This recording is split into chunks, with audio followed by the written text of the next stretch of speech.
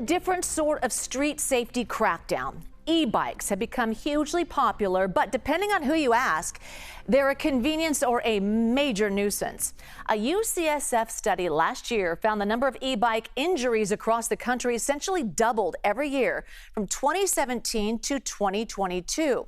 So that's why today, police departments in 5 cities in the Tri-Valley, plus the East Bay Regional Parks District, banded together for a crackdown on unsafe riding. So our John Ramos explains why police are focusing their efforts right now on local schools. The e-bike revolution is happening quickly, and if you want to know how quickly, all you have to do is take a visit to your local middle school. I didn't know how many bikes would be here. When the school bell rings at Stone Valley Middle School, the kids head for home. But when it comes to how they get there, times have changed. They're not walking anymore. They're not even taking traditional bicycles anymore. Now they're taking electronic bikes and scooters.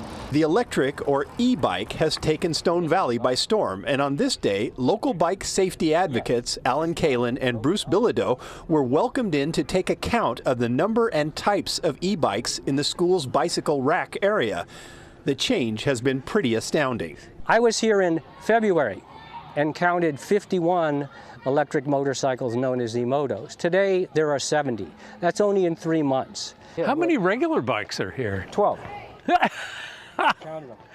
12 regular bikes. Kalin says this is no longer a bike rack. It's now a parking lot. E-bikes are amazing. They really are. But these are not e-bikes. These are not e-bikes. These are electric motorcycles, and there is a difference. They weigh anywhere from 80 to 100 pounds. They will go from 20 to 35 miles an hour, depending on how you modify it. Class 2 e-bikes are the most popular, with a top speed of 20 miles per hour, and as a result can be ridden at any age without a license. But the speed limit on many of them can be remotely raised or eliminated altogether through an online app. The classes are dependent as far as their top speed goes, but then when they modify them, they go from 20 miles an hour to up to 50 miles an hour.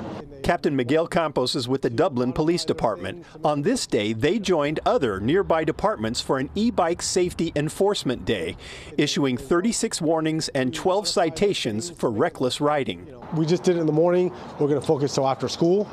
During the summertime, we're going to ramp that up because now kids are going to be out of school, so they're going to be riding these vehicles all hours of the day.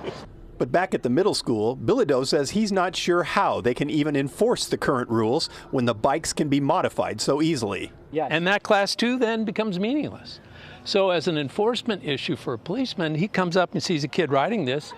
It's a class 2. He can't enforce anything. So they don't enforce it, and neither can the schools.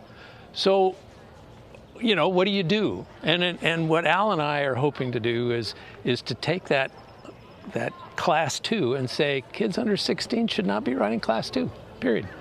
That's a growing sentiment, banning throttle-controlled bikes for anyone under 16. They do look fun, but you know, you get a kid with a throttle on a street, you're asking for trouble. I mean, you know, kids need to know what the consequences are, and they don't have a consequence gene when they're 12. It wasn't long ago that e-bikes just helped you pedal. Now they've become full-fledged motorcycles, and lawmakers are racing to catch up to the technology, and they're probably having to go faster than 20 miles per hour to do it.